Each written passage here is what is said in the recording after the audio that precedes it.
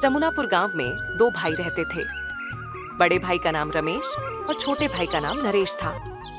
बड़ा भाई कोई काम नहीं करता था, वहीं छोटा भाई बहुत ही मेहनती था और एक कबाड़ी का काम करता था। पास ही के गांव में एक बूढ़ी औरत रहती थी जिसका नाम माया था। उसका इस दुनिया में कोई नहीं था। माया के घर में जोड़े हुए सामान धीरे धीरे खत्म हो गए थे और माया को खाने के लिए भी पैसे नहीं थे। माया बहुत लाचार और मजबूर थी। लाचार होकर एक दिन शीला से कहती है, घर में कुछ भी खाने को नहीं है शीला बहन, और पैसे भी नहीं है। शीला कहती है, तुम चिंता क्यों करती हो? भगवान है ना कुछ तो वह जरूर करेगा। इतना कहकर शीला चली जाती है। माया निराश होकर कुछ सोच रही होती है। तभी उसे अचानक से एक आवाज सुनाई देता है, पुराने कपड़ों के बदले नए कपड़े ले लो, पुराने बर्तन के बदले नए बर्तन ले लो और पुराने सामान के बदले पैसे ले लो। माया अपने घर में इधर उधर देखने लगती है तो उसे कुछ पुराने बर्तनों में एक कटोरा दिखता है। वह कटोरा झट से उठाकर कबाड़ी वाले के पास जाती है और उससे कहती है, भैया ये कटोरा ले लो और हमें कुछ पैसे दे दो। नरेश वह कटोरा देखता है और बोलता है, माँ जी इस कटोरे के कुछ नहीं मिलेंगे, ये हमारे किसी काम का नहीं है। माया निराश हो जाती है और कहती है, बेटा मैं 2 दिनों से भूखी हूँ, अगर कुछ पैसे मिल जाते हैं तो हमारा काम हो जाता। देख लो भैया, अगर यह कटोरा शायद तुम्हारे किसी काम आ जाए। नरेश को दया आ जाती है। वह माया से कटोरे ले लेता है और उसके बदले में कुछ पैसे दे देता है और नरेश वापस अपने घर चला आता है। घर आकर नरेश अपना कबाड़ अपने कबाड़ी वाले घर में रख लेता है और चला जाता है। नरेश का बड़ा भाई उसका पीछा करते हुए आता है। वह हमेशा नरेश के कबाड़ में से कीमती कबाड़ निकालकर पहले ही बेच देता। उस दिन भी वह आया और उसकी नजर अचानक कटोरे पर पड़ी।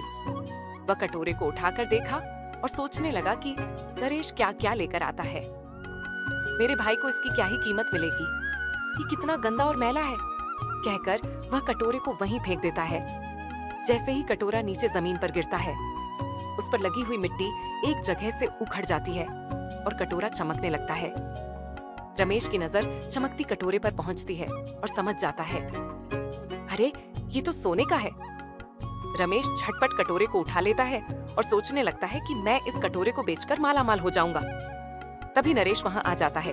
वह बाहर से रमेश की सब बातें सुन चुका था और रमेश के हाथ से कटोरा छीन लेता है और कहता है, भैया आपको शर्म नहीं आती, अपने ही भाई के घर में चोरी करते हो? चोरी करते? रमेश कहता है, नहीं, तुम काम करते हो, कमाते हो और मैं कुछ नहीं करता हूँ, इसीलिए मैं घर चलाने के लिए तुम्हारा सामान चोरी करके बेच देता हूँ।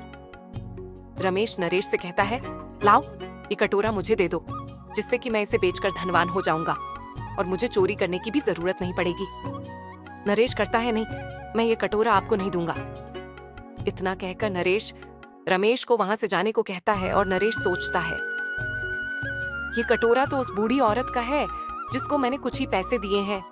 इस कटोरी से तो उस बूढ़ी औरत की पूरी गरीबी दूर हो सकती है। हमें यह कटोरा उसे लौटा देना चाहिए, ये सोचकर नरेश वह कटोरा लेकर उस बूढ़ी अम्मा के पास आता है और माया से कहता है, मां जी आपका यह कटोरा बहुत ही कीमती है, ये आपकी पूरी गरीबी दूर कर देगा, आप इसे रख लीजिए।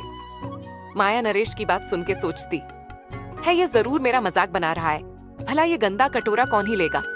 माया कहती है, बेटा तुम्हारे पैसे तो खर्च हो गए, अब हमारे पास कोई पैसे नहीं है, हम तुम्हें तुम्हारे पैसे वापस नहीं कर सकते, और ये कटोरा तो कबाड़ है, इसका हम क्या ही यूज कर सकते हैं।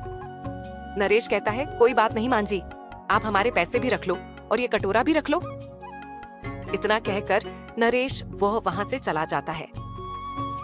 नरेश का पीछा करते करते रमेश भी उस बूढ़ी के घर का पता लगा लेता है और अब वह योजना बनाने लगता है कि किस तरीके से इस कटोरे को हासिल किया जाए। कुछ दिन बीतने के बाद रमेश कबाड़ी वाले का भेष बनाकर उसी बूढ़ी औरत के घर आता है।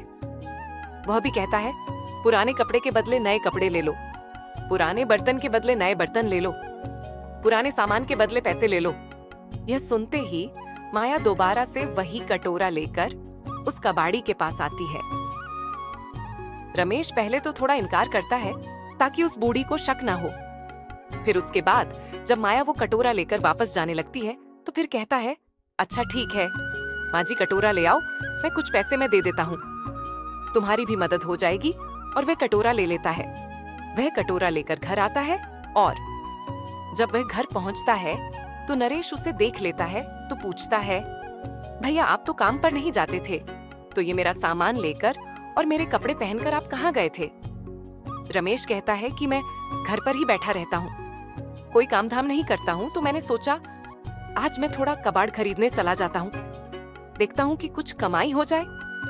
नरेश समझ जाता है कुछ तो गड़बड़ है भैया, जो कभी काम नहीं करते वह अचानक से इतना कैसे बदल गए। वह रमेश का पीछा करता है और इधर रमेश उस कटोरी को साफ करके जौहरी के पास लेकर जाता है और उससे पूछता है कि भाई साहब इसके कितने पैसे मिलेंगे? सुनार कहता है, ये कटोरा आपको कहाँ से मिला? ये तो सोने का है, इसके तो इतने पैसे मिलेंगे, क्या आप माला माल हो जाएंगे? रमेश झट से बोला, भाई आप ये कटोरा रख लो और मुझे पैसे दे दो। जो सुनार वह कटोरा लेने ही वाला था कि नरेश वहां बहुत पहुंच जाता है और कटोरा ले लेता है। कहता है कि भैया आप इतना गिर गए, मैंने आपको उस दिन यह कटोरा नहीं दिया तो आप उस बूढ़ी औरत के घर चले गए इसे लेने के लिए। अब यह कटोरा आपको नहीं मिलेगा और आपने ये जो छल किया है इसकी सजा आपको जरूर मिलेगी। पुलिस को मैंने फोन कर दिया है, पुलिस आती ही होगी। तभी वहां पुलिस आती है और रमेश को पकड़कर ले जाती है। इधर नरेश वह कटोरा सुनार को ही बेच देता है और सुनार से सारा पैसा लेकर दुकान जाता है।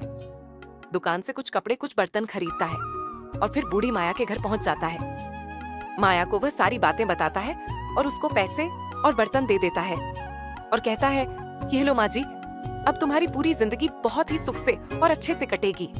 माया बहुत खुश हो जाती है और वह नरेश को बहुत सारी दुआएं देती है। कहती है, बेटा आज के युग में भी तुम्हारे जैसे लोग हैं, यह जानकर हमें बहुत खुशी हुई। भगवान तुम्हें बहुत तरक्की दे और तुम खूब आगे बढ़ो। निष्कर्ष। दोस्तों, इस कहानी